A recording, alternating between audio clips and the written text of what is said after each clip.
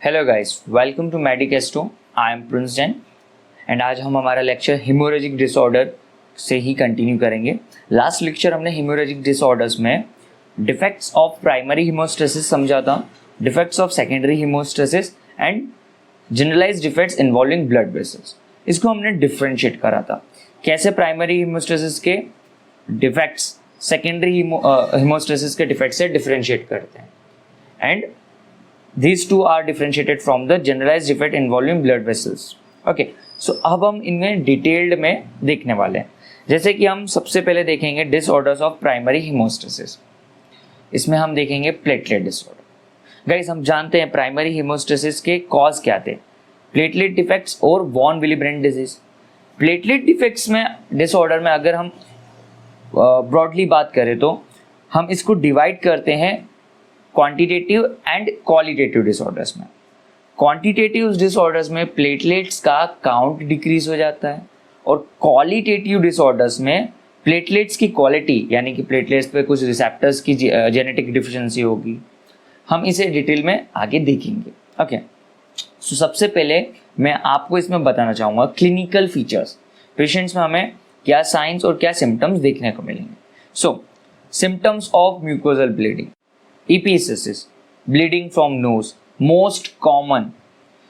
मैंने यहाँ पे जितने सिम्टम्स मेंशन करें, इसमें सबसे ज़्यादा कॉमनली हमें अगर म्यूकोजल ब्लीडिंग पेशेंट में दिखती है तो वो epistasis, bleeding from the nose area. हमें हीमोप्टिसिस दिखेगा पेशेंट में। अगर हम जीआई ट्रैक्ट की बात करें तो जीआई ट्रैक्ट में भी हमें म्यूकोजल लेयर प्रेजेंट होती है और वहाँ पर अगर म्यूकोजल ब्लीडिंग होती है तो हम जीआई ब्लीडिंग कहते हैं। हेमेटूरिया पेशेंट में दिखेगा, मीनोरेजिया दिखेगा। और इस सब का इसके बाद सबसे हायर रिस्क पेशेंट में हमें, अगर हमने पेशेंट को ट्रीट नहीं करा तो हमें पेशेंट में इंट्राक्रेनियल ब्लीडिंग्स दिखेगी।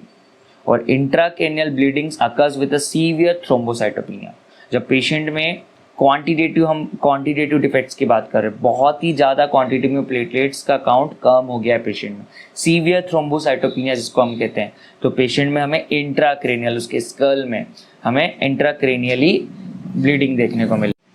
पेशेंट में हमें क्लिनिकल फीचर्स में और हमें symptoms of skin bleeding.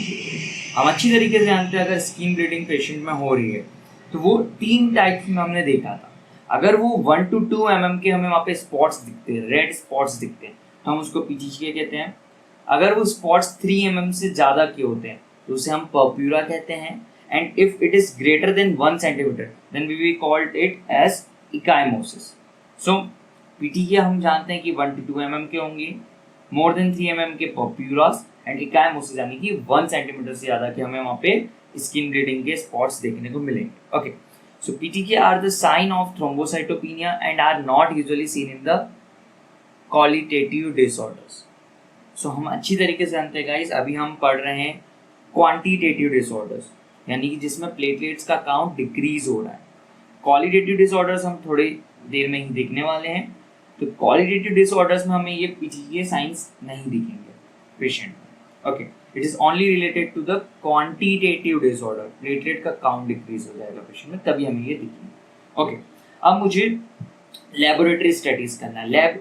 Lab में इस पेशेंट का मैंने ब्लड सैंपल ले लिया और उसमें मुझे फाइंडिंग्स करना है। लाइक मुझे सबसे पहले पेशेंट का प्लेटलेट काउंट देखना है उसके ब्लड सैंपल में। देखिए, नॉर्मली हमें पता होना चाहिए कि किसी पर्सन में, नॉर्मल पर्सन में प्लेटलेट काउंट कितना होता है।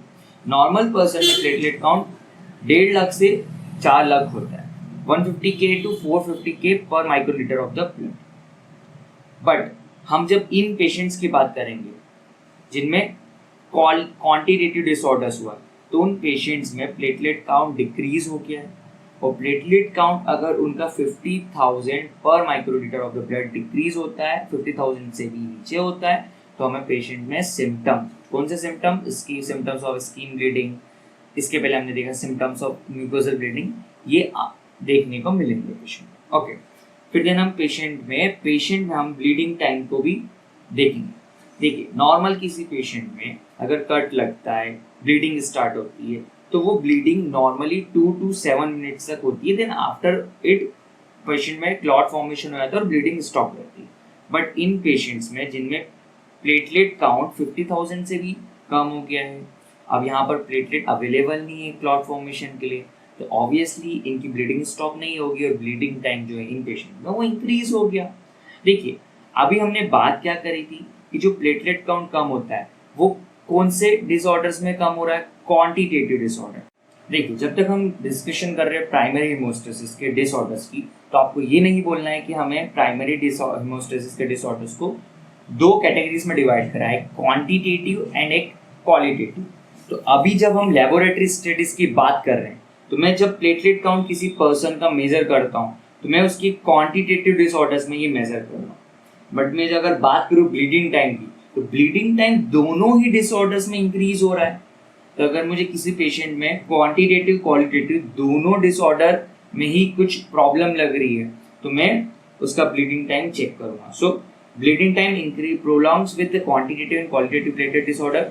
इन दोनों डिसऑर्डर्स में आपको ब्लीडिंग टाइम मेजर करना है पेशेंट का। ओके, अब मैं ब्लड स्मीयर में मुझे क्या चेक करना है, पेशेंट से मैंने ब्लड लिया, ब्लड लेने के बाद मैंने पेरिफेरल ब्लड स्मीयर बनाया।